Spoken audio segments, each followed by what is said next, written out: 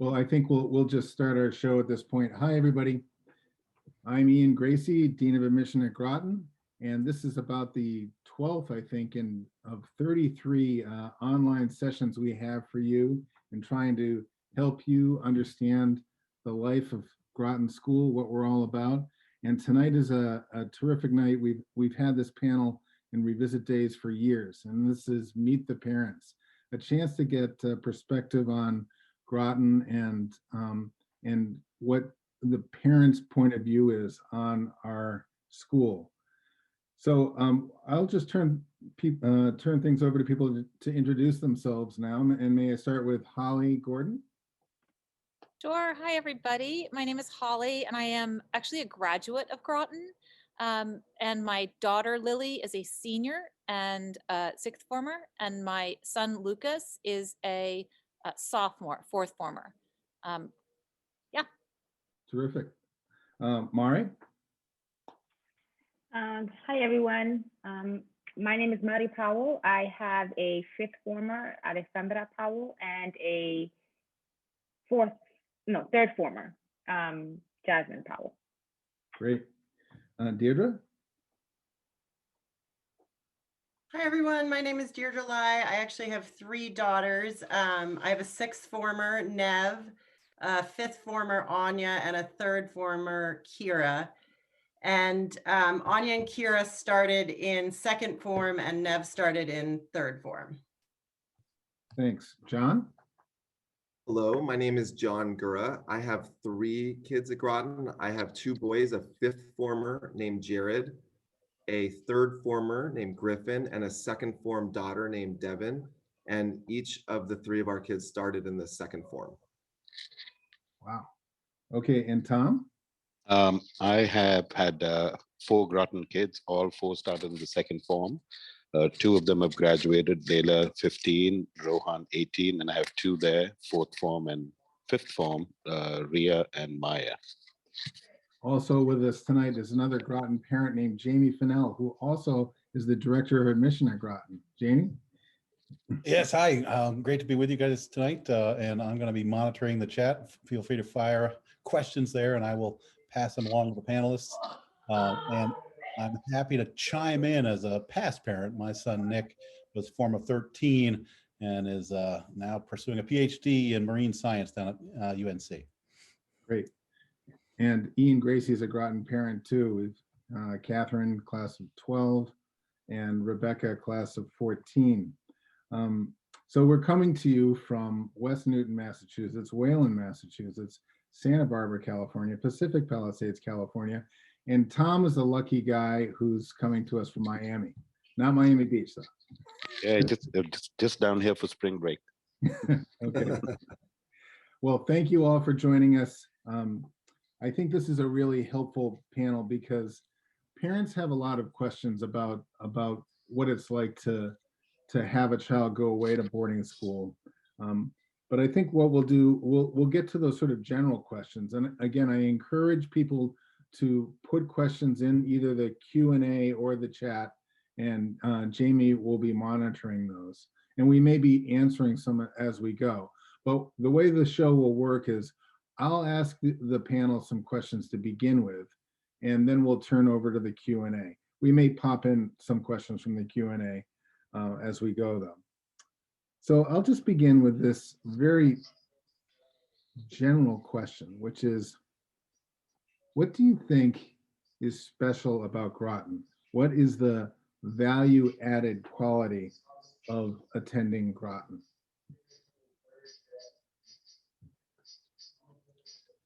Holly, can I start with you on that?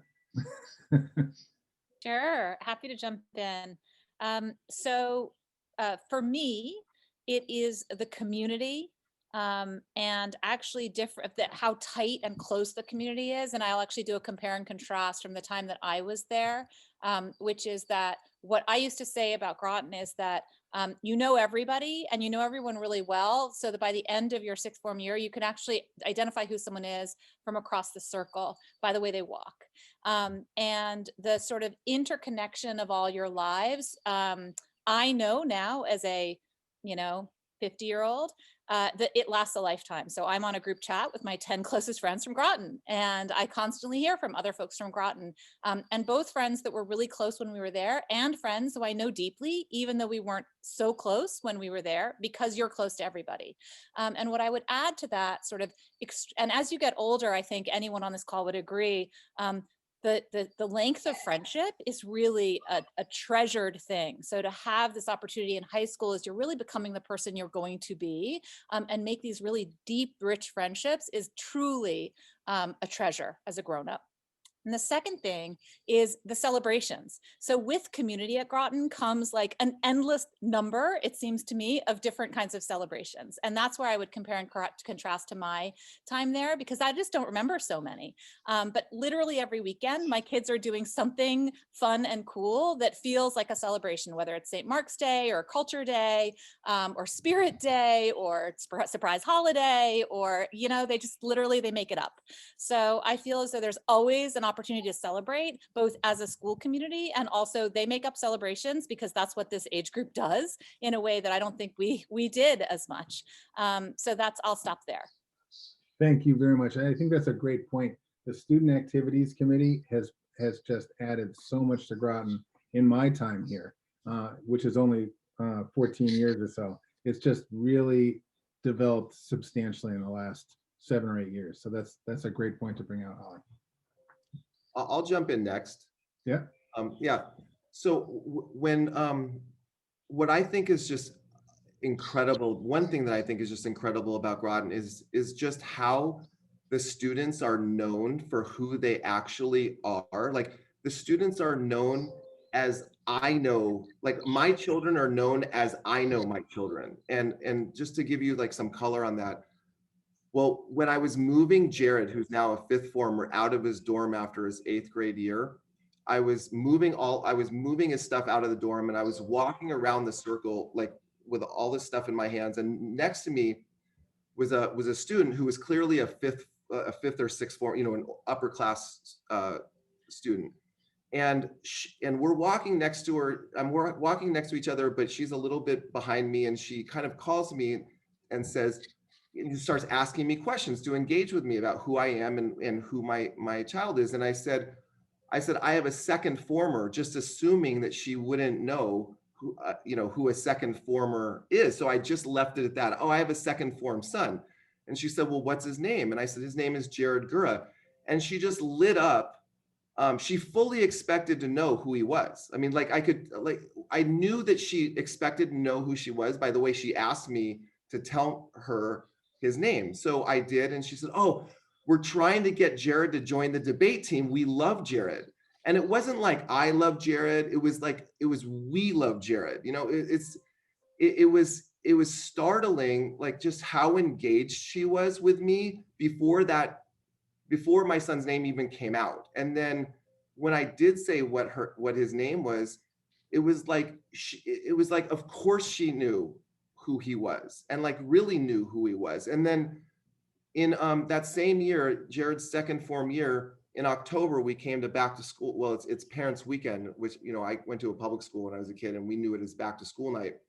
And when I was a kid, you know, you go from class to class and you'd meet the parents, but we didn't learn anything when I was a kid my parents didn't learn anything about me. We just learned about the class. Well, at Groton, you go to parents' weekend and you meet with each teacher about your child, and all of the staff, all of the teachers, all of his teachers, and the dorm heads, they all knew Jared like I knew Jared. They knew what types of things troubled him. They knew what types of things excited him. And this was October, a month and a week after we dropped him off. So you can imagine what it's like after 4 or 5 years. It's like the kids are just known by everybody, and they know everybody across forms, staff.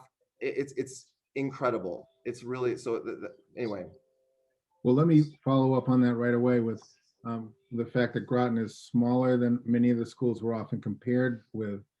Some folks think you can outgrow Groton, that it might be stifling in some way. Could anyone comment on whether or not, or what they've seen on that in that regard? Deirdre? Yeah, I'm happy to jump in on that. So I have, as I said before, 3 girls, and just watching their experience from when they started to now, the school community changes every year, and the roles that the students are given change every year. So I think that it's not the same experience, and you really are experiencing the school and the community in a very different capacity with different roles. Like the senior prefects are given responsibility for the younger kids. So even though the community is small and tight knit and everybody's known, I really think that because the expectations of the students at each grade level is different, and the way they interact with the community and the other students changes, that it feels very different year to year. So you're not outgrowing it, you're actually growing within the community. You should work for me. Tom, Well, do you- let me add something. So as I mentioned, I have 4 kids and 4 very different kids. And so our struggle was that, 1 or 2 of them will like it and 2 may not like it. And just to go, I know it's cliche to say it's a community and family, and you'll hear that all the time, but it truly was or is a family to us. In fact, we enjoy coming up to Groton just as much as the kids, because we've made friends with the faculty, we've made friends with other students' parents, and it's like a fun weekend for us to just be able to drive up to Groton. But just coming back to my kids, each one of them were very different kids, and I was really, and I still am surprised how each one of them have found their little group of friends, their group of people that they get along with, and seeing each one of them grow and thrive over the 3, 4, 5 years that they've been there. And it's never, the size has never been a limiting experience for any one of them. What sort of experiences have your children had beyond the circle? Can anyone comment on that? Have any of your children taken advantage of trips such as geos? Has anyone done that? John? Yeah. So my older son, Jared, after his second form, his 8th grade year, went to Tanzania. And Tom, Tom, your volume's on. Anyway, so my second form, Jared, after his second form, went to Tanzania, and he's still in touch with the kids that he met at Tanzania, in Tanzania. Even now, we're still getting letters from him, and Jared's still corresponding with them, and it made a huge impact on him. And he's on one of the things that we haven't spoken about yet, and I'm sure we'll get to it, is all of the different activities that all the kids are involved in. And so he's on the board, it's called the GEO board, which organizes trips abroad. And so even though that was his 8th grade year, now he's in the 11th grade, it's still a big part of his experience at Groton. GEO stands for Global Educational Opportunities. Our students go on trips when we don't have a worldwide pandemic in March and also in June.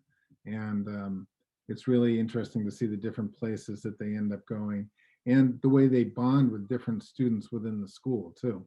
People they may not have met in a regular circumstance. If I could add just on one of my children's experience in Tanzania, I think the same program, Okizwa School, and Layla had gone down and spent actually 2 or 3 summers at Okizwa, and she was really very, very involved. And she came back home and decided she wanted to do a fundraiser. And she went to, got a flyer done, went to all the neighbors, and she got this presentation done in my living room. And I saw, my neighbors come in, and people had come in with checks for $200. And at the end of the presentation, I saw at least 2 of them rip the check up and write $1,000 check. And a funny incident occurred that, we went for, my daughter's graduation and from college, and one of the trustees noticed my name tag and said, "Oh, you Layla's dad?" I said, "Yes." He said, "I had the honor of interviewing her when she was applying from Groton."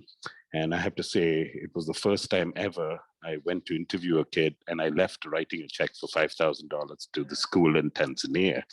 So, that's how amazing that she was able to be so passionate and felt so strongly that she raised about $20,000 for the school. Fantastic story, Tom. Take us, folks, to what we've been through this fall. Let's talk about Groton and the pandemic. Mari, do you have any thoughts about what the pandemic was like for your daughters at Groton? How did they handle it? Well, I think that starting from last March, I think that my two girls remained engaged in all of their classes and with their friends. Of course, they complained about not being with their friends, but the classes, keeping a continuous rhythm and schedule to the classes really helped them stay grounded and not display some of the anxiety and just flip-flopping that could have happened could have happened if they had not had such structure. So, and then I think that lessons learned were carried over into September and this school year, with even on campus quarantining where they have to do some things virtually, and the first couple of days of each semester that have been virtual. It just has helped them immensely, and going forward with their classes and the workload doesn't seem to be any different, which I can really appreciate, and they appreciate as well, even though they can't verbalize it. That the continuity helps them keep the rhythm that they need to stay focused in classes. So I think Groton has actually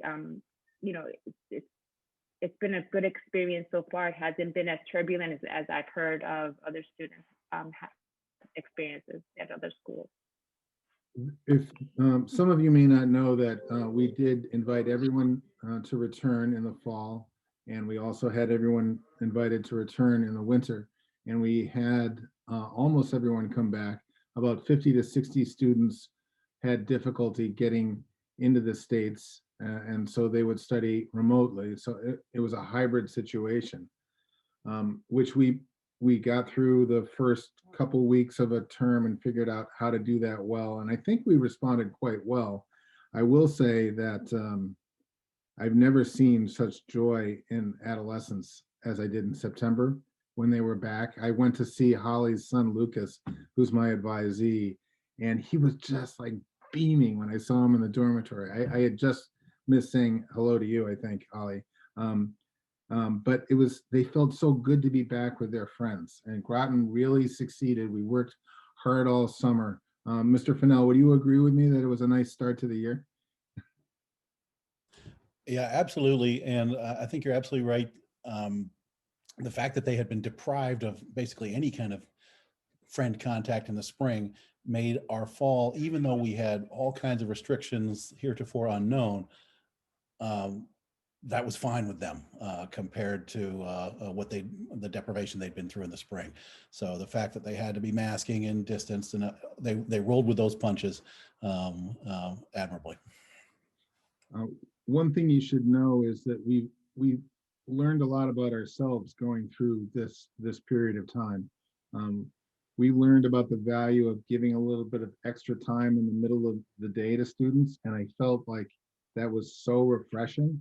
And so I think that's going to help Groton in the future. There's just a number of different things that I think will enhance our program.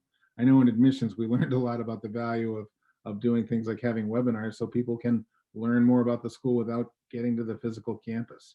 But more importantly, I think we learned a lot about the value of giving people a little bit more time, of breathing a bit more. So.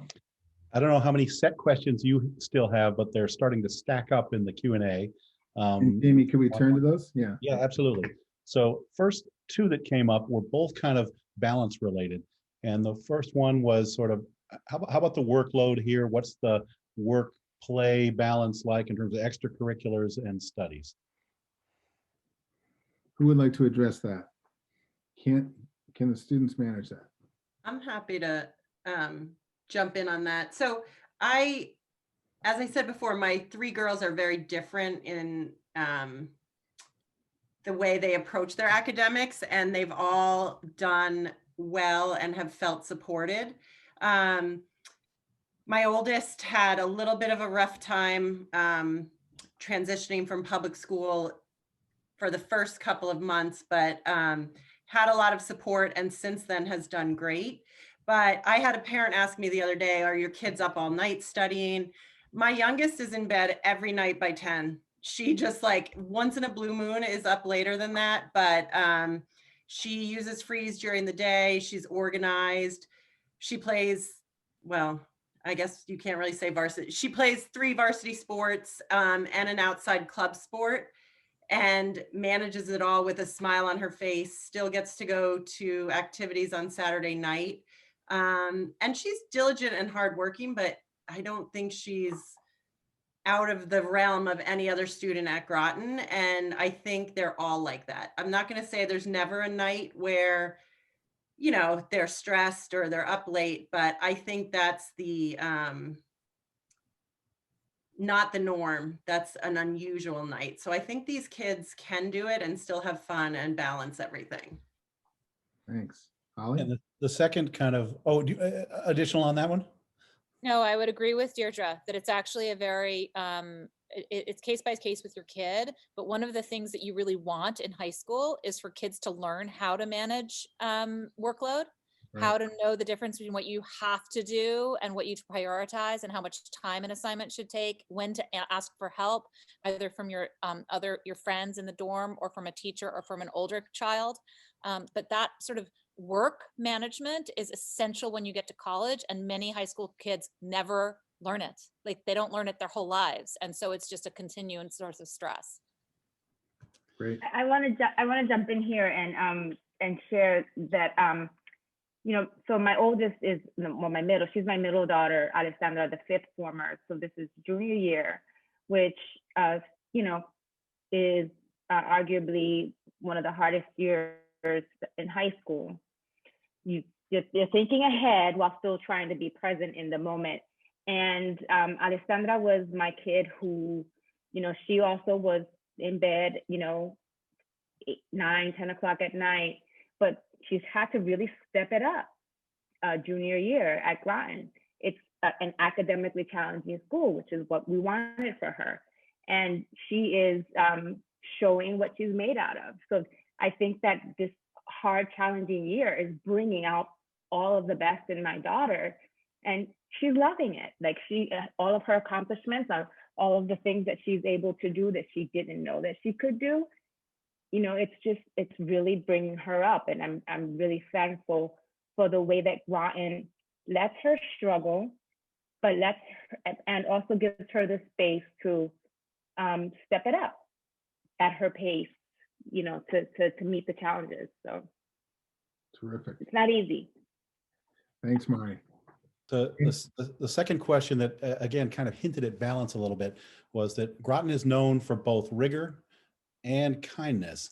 And are kids able to maintain that kindness when the rigor amps up? Does it become overly competitive, or are they still good to each other? So I'll continue. So I don't think that my daughter, and she tells me all the time how, you know, her and her friends, they're in the same boat.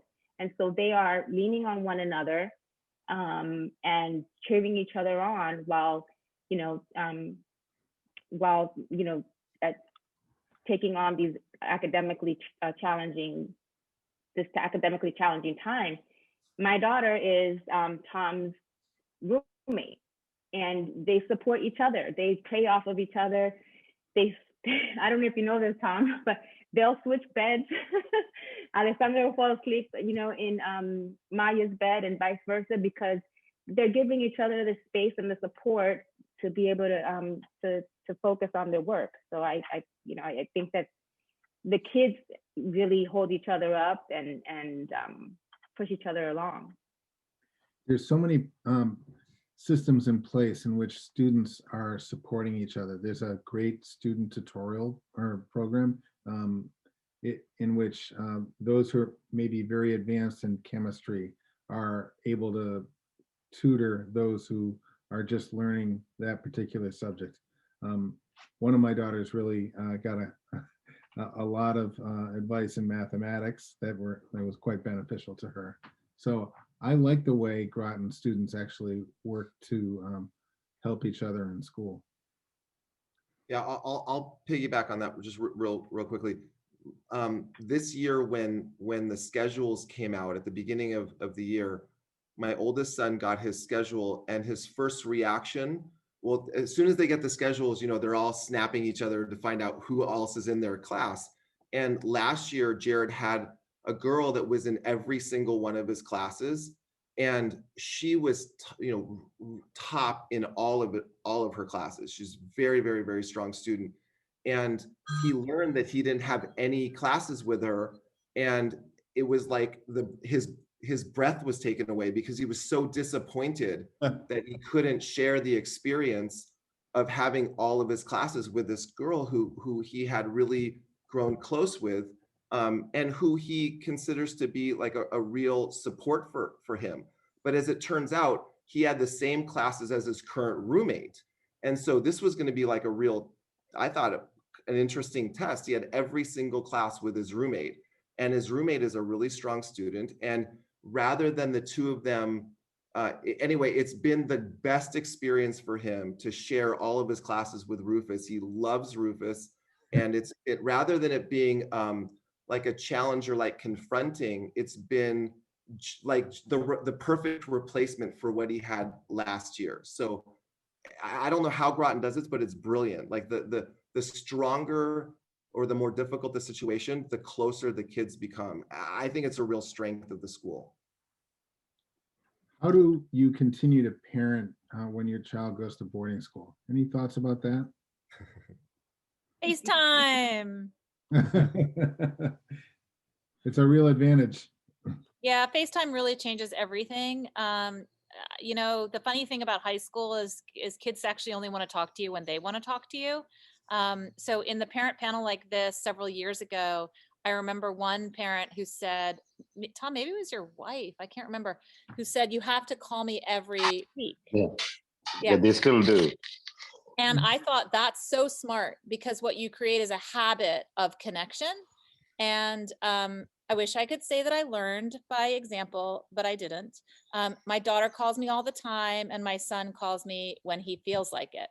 So that's not as regular. But creating a ritual for checking in, if that's what you want, is really important. Otherwise, I can promise you that your kids will call you when they need you, and otherwise they might not. But FaceTime is like transformational, and they have at least sometime every day where they can sneak in a call. But mostly what you want is not to hear from them, because if you're not hearing from them, it's usually because they're happy. You do need to keep your parent radar open, but there are so many people around them who will reach out to you if they think they're not happy, that you're probably good on that side. So they'll call you if they're unhappy, or if they just, for me, it's like, Mom, can I order pop chips on Amazon? I'll jump in and say that I have two boys and a girl, and the experience could not be more different. Like we never, ever, ever hear from our boys. I hear from my kids' advisors literally more than I hear from my boys. I was a real type A parent. My wife and I were both like co-type A parents before our kids ended up at boarding school. And then the experience of, like I had mentioned earlier on the call, about the experience that we had at Family Weekend was so reassuring that my wife and I just had this big exhale and completely let go. So we don't, I think Tom's, like the connection that he has with his daughters is absolutely amazing, but it would never work for my boys. Like we literally we just look forward to the next break, and that's when we see them. And that's when we hear from them. And then our daughter calls us incessantly. She calls us all the time, and that works for her. It actually kind of drives my wife a little nuts. Just like, my wife is ready to go to bed and my daughter's calling, but every relationship is different, but it will work. It will definitely work. And yeah, so that. No, Uh, Mari, did you have something? Sorry. Yep, I'll also add that. So I also talk to my girls every day, and usually before I go to bed, we FaceTime. But John, you mentioned advisors, and I want to follow up on that. That sometimes I'll just get random emails from both of my girls, either of my girls' advisors, just giving a quick update on how they have seen the girls on campus and how they think that they're doing. They've never had a question for me because they're seeing my kid every day, but they give me space to ask any questions that I may have. So I feel great comfort and reassurance in that role, that my kids are being well taken care of and looked after. That's great. I Now, like this question from Rich Lightburn in the chat. We hear a lot about the tight-knit community for kids. Is there a tight-knit community for the parents as well? Yes, yes. I mean, I'm an out-of-state parent, and I feel so connected. I actually feel connected to these panelists, and not because of this panel, but because of all of the years that I've seen these parents. And I also feel really connected to the faculty. Like, really, the connection among the adults at the school is so strong and compelling. I'm not a Groton alum. My wife isn't a Groton alum, but we definitely feel so attached and a part of every aspect of the school. The answer is a resounding yes. Right. Just to add on our end, this is one of the big things we have missed this year, given that we didn't have the opportunity to go up to school as often as we would, because it was always, we've made some of our best friends just from our kids' parents. And we were down in Miami, and Ria and Maya came over for Thanksgiving, and not Thanksgiving, for the spring break. And, within the second day, she was, trying to get us to meet one of her friend's parents who happened to be visiting just for 2 days. And I tell Ria, they're going to be here just for 2 days. Are you sure? He says, no, we have to meet. And, so it's, I think, the parents and the faculty, creates an environment, especially when the kids are so close, that you tend to automatically get close to the parents. that's great.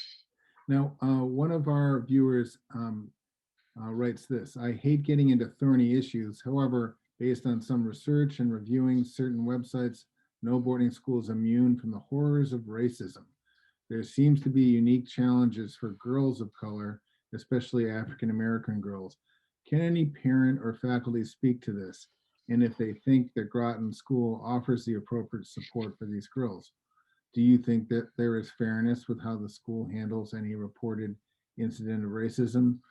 Are there the appropriate number of faculty and staff that can play a proper mentorship and advisory role for children of color? Any thoughts? All right. Yes, I have my kids are Afro-Latinas. I am Puerto Rican, and my husband is African-American. And my daughters have actually grown up on boarding school campuses, so they're very familiar with the environment. But until they were students themselves and in the predominantly white classrooms, they didn't really understand the full magnitude of being the only one. And again, the student support, the way that these students support each other is really how they get each other across this racism minefield in a boarding school, in a predominantly white institution. All of these schools have a lot of work to do when it comes to this issue, but I think that Groton is really putting their best foot forward and looking to, so my middle daughter, Alessandra, who's the fifth former, she's my shy one. She's the quiet one. But, from second form to now, I've seen her really come into her Afro-Latinaness. and embrace it. And I think that Groton was the place for her to experience this. They just got their college counselors assigned a few months ago, and she didn't see any HBCUs on any of the schools that would be visiting. And so she wrote to her college counselor and was just like, basically, what's up? And so now there are some virtual HBCU tours for Groton kids, and that Alessandra is going to be able to explore. So Groton has given her the agency and the voice and the strength to pursue that interest. And I think that, you know, there's going to be more work to do after my girls graduate, but I think that Groton is not turning their back on this issue, and that's very, very encouraging to see.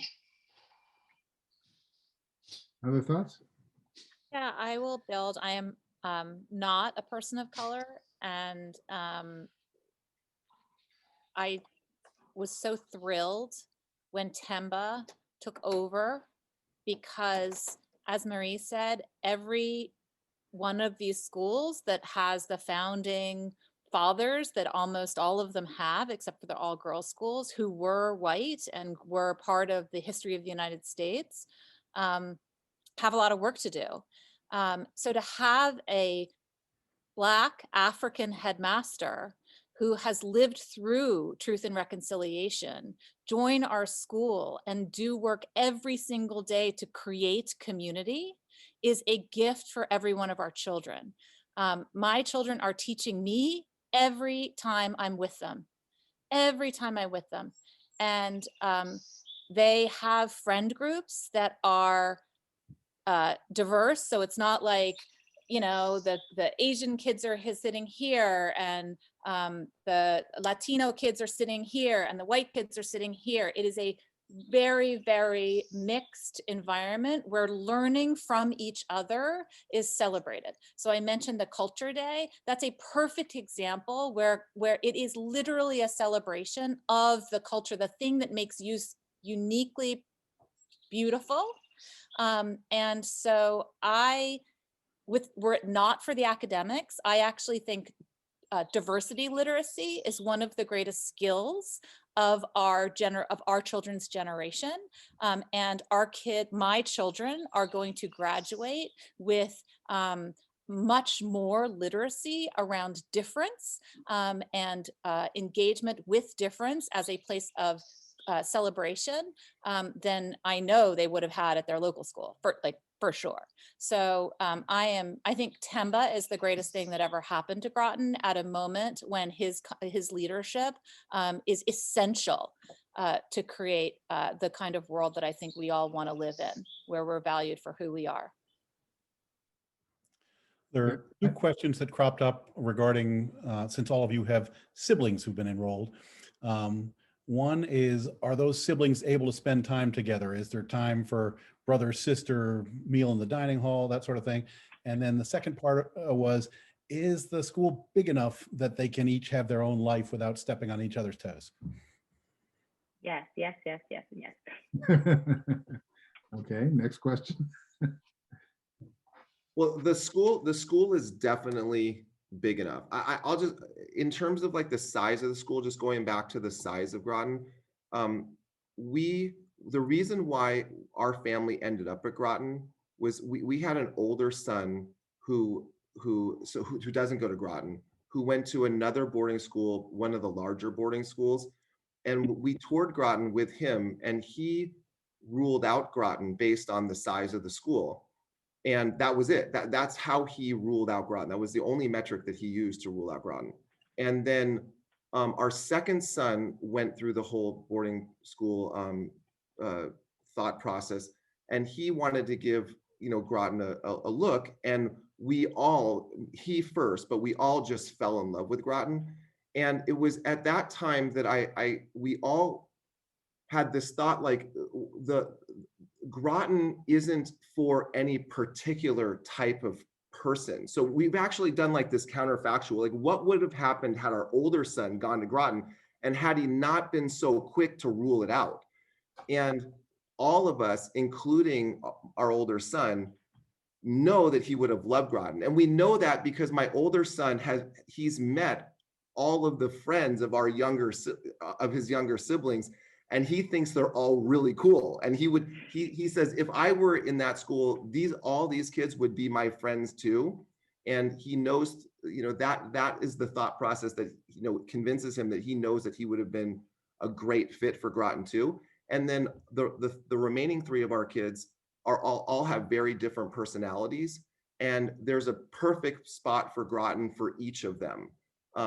They couldn't be more different. The 3 children that we have that do go to Groton, and they have plenty of opportunities to overlap, but they definitely have their own way of doing things and their own way of navigating the school and their own experience of Groton. Like their version of Groton is different from each other. So it's really the perfect place for anyone. It's just there's a spot at Groton for any kid. Great. Just with regard to the sibling, just if I can add something, as Holly had mentioned, I always get my kids to call us every day. Each one of them is expected to call us at least for 2 minutes every day. It's not just for them, but for us as parents to be able to experience them still in our lives. And then similarly, we said another rule was the siblings will have to have at least 2 meals together in the dining hall. And of course, they were so eager to be with their friends, but they still find time on Sundays to have a meal together and talk about their issues and whatever they're going through. And that is something that all 4 kids have continued throughout their 12 years now in aggregate, in Groton. Is that 2 years, 2 meals a year, Tom? Or? 2 meals a week. 2 meals a week. I had an advisee who was part of a twin set, and they had dinner together every Friday night for 4 years, as far as I could tell. I've got there are, I think, 3 questions in the chat or in the Q&A about study hall, and since parents may not know that, I'll field that quickly. Groton has a sort of a stepped system of study hall supervision. So the 8th graders will be subjected to a very tight supervision in the main study hall in the school building, where they will be proctored and supervised throughout. 9th graders will study in their dorm rooms, again, under fairly steady supervision with one of the 6th form prefects supervising and a faculty member roaming the hall as well. After that, 10th graders have to be in their dorm room for the entire study hall, but it's a little more liberal in terms of supervision. And then 11th and 12th graders are able to roam campus and study with friends, that sort of thing. This is all in a normal non-pandemic year, a little tighter this year, but generally it is stepped like that. There is a study hall period from 8 to 10, and students, the campus is very, very silent at that time to facilitate working. And one of the interesting things about Groton is that all around the circle, around 10:30, all the dormitories are meeting as dormitories to talk about their day with check-in. That's happening all the way around the circle. So that sense of connection that you have with other people is very strong. And I'll give you another example of something that's unique to Groton, and that is that the senior class, the 6th form, is so engaged in the life of younger students. It's really sweet. There's one question in the chat is, do 2nd and 3rd formers have to sign in for breakfast? No, they don't have to sign in for breakfast, but prefects actually get the younger ones up and get them. It looks like the chicks being pushed off to get some breakfast. It's really sweet to see the senior class step up to make sure people have good habits in that regard. Other questions that we can hit in the chat, Jamie? One great one coming out of New Orleans. If you saw a Groton kid at a party, how would you tell that was a Groton kid? Would they stand out in some way, or would they not? Well, I'll tackle this. Like I said earlier, all of our kids are very different. So I would go on to, I don't think that you could just tell a Groton kid, because there's a lot of different types of kids at Groton from all over the place. I mean, there's definitely an intellectual curiosity among the kids, but and there's no doubt that the kids are there to explore and to learn, but I don't see like a single like personality type that I've met among the students. I think it's a pretty diverse group. And miraculously, this diverse group really comes together as a great class. But anyway, that's my take on the answer, but I don't profess to have the only answer to that one. I agree with that, that there's not one type, but the one thing I will say across the board is every Groton kid that I've met is confident, able to talk to adults, will answer questions. So while there might not be a specific personality or type of Groton kid, I am just constantly amazed at the quality of conversation and the quality of interactions when I meet a Groton kid. So I don't think there's a look or a persona, but I do think there's a confidence and an ability to engage in the world and listen to others that blows me away every time I meet these kids. And like Holly said, I constantly feel like I'm learning from my kids and the friends of my children. It's pretty impressive. Yeah, I'm going to build on Deirdre to say that one of the things is sort of metaphorically, that might not be right, but whatever, which is that Groton has a tradition of the chapel talk, which is that students give a talk at chapel, and that all the slots get filled over the course of the year. So many of the senior, traditionally it's the sixth formers who give a chapel talk. And one of the things that sort of comes out of what Deirdre is saying is that I think Groton is a place where every student finds his or her voice or their voice. And that the chapel talk is sort of the culmination of that, because I know that when I was that age, standing in front of 300 people and giving a talk about my deepest thoughts or my, would have been scary. And we did it in my time, but not as many, like maybe 10 people and now I feel like it's a much bigger percentage of the class. And that is a reflection of the fact that between the, is it the Harkness method? The sort of the way that the classrooms are rooted in conversation. Your work is rooted in conversation. Your analysis of English, history, et cetera, is rooted in conversation. By the time you leave Groton, you're an excellent conversationalist. You have found your voice. You are deeply curious. And I would actually, the first thing that I thought when I saw that question was, they're polite. They're really nice, polite people. So. Thank you very much. I know we're running a little later than Ian had proposed, but there are a couple of questions very similar, looking for parental advice on getting started here. Do you have any tips for kids starting out or for parents dropping off kids in September? What's in place to help them assimilate?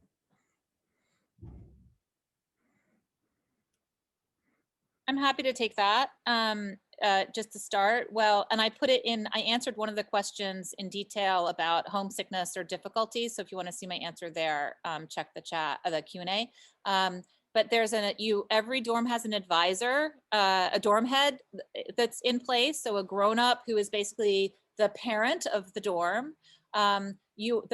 Every student also has a faculty advisor. Ian mentioned that he's my son Lucas's faculty advisor. Every child has a person in the admissions office who let them in. So Jamie was actually a support for my kids when they came to Groton. And every child has a roommate in the beginning. I think maybe that's not right. Maybe some new students every child has a roommate. Yeah, so every child has a roommate.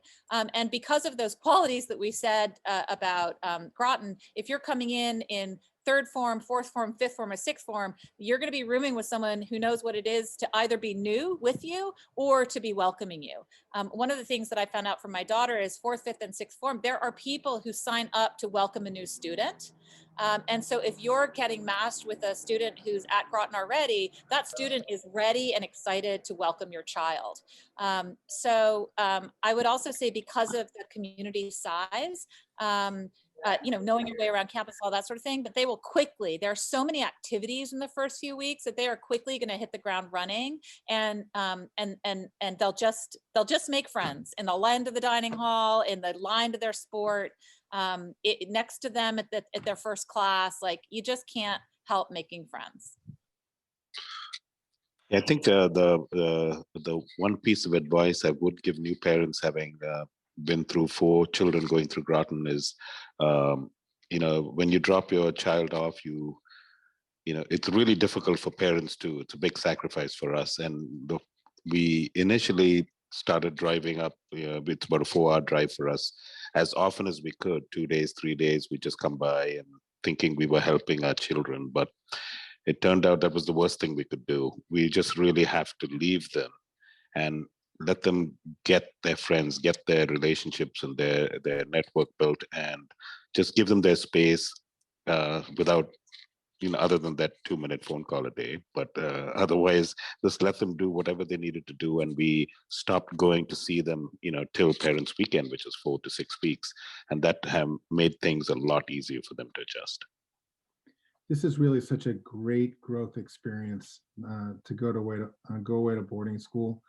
Students learn so much about themselves and their capabilities. They learn about their world. Groton is a place that has an impressive selection of people from all around the world. The numbers are really good for people of color, but more importantly, it's the substance of what's happening. You have a leader of the school and his wife who lived through apartheid. And just imagine what that could be like, that they understand what it's like to go through great struggles. It's inspirational.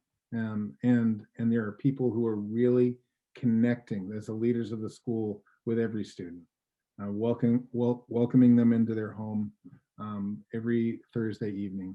It's really, there's a sweetness to what's happening at Groton that's very appealing. I guess I'd like to look at one last question. We are going a bit late, but a question that I see here, is there something that you as a parent hope to see Groton develop or improve? Any thoughts about that? What should Groton develop or improve?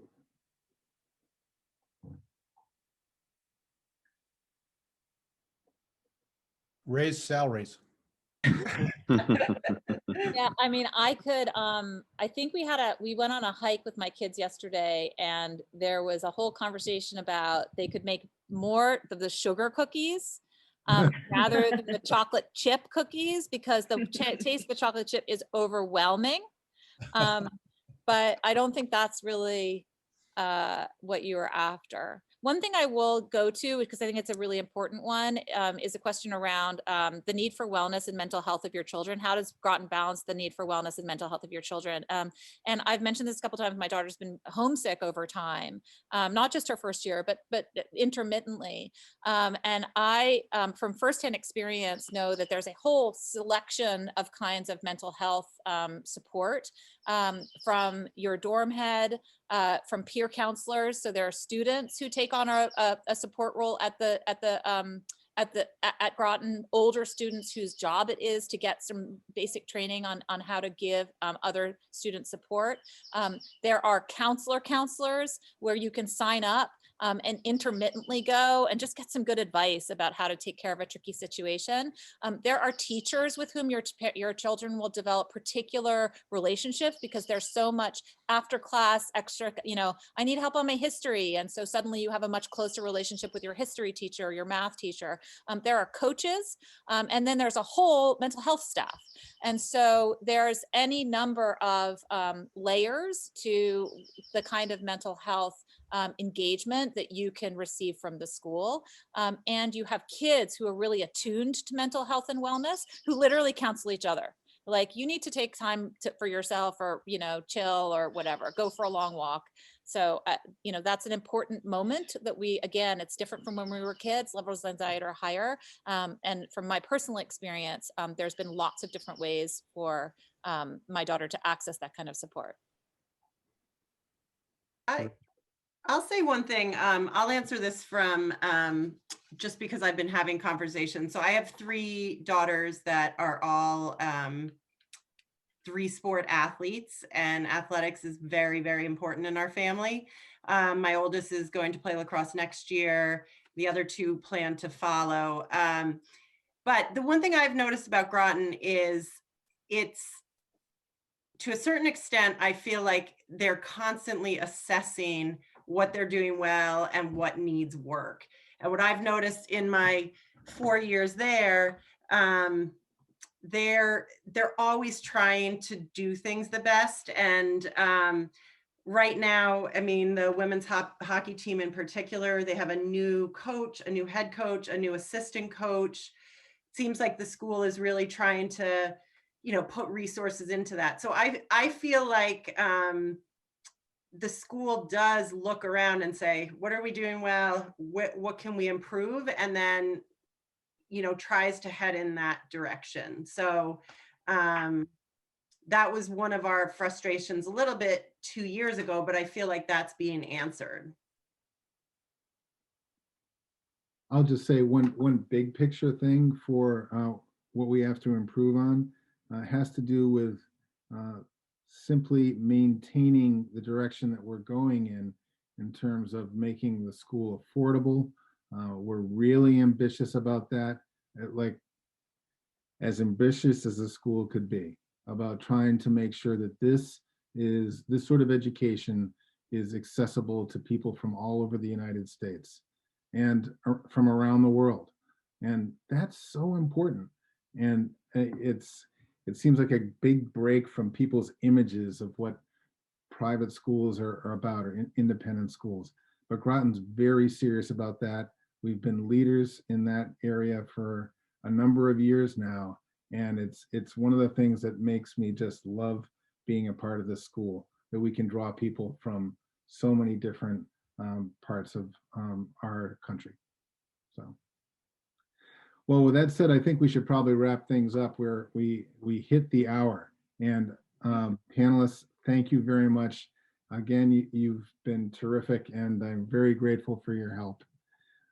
Everyone, I hope you'll continue to tune in to our webinars and our Zoom meetings. There's a lot of fun things to take part in, but this in particular, I think, is a very helpful evening. So thanks, everybody. Thank you very much. Good night. Bye, guys. Bye-bye. Bye. Go Zebras.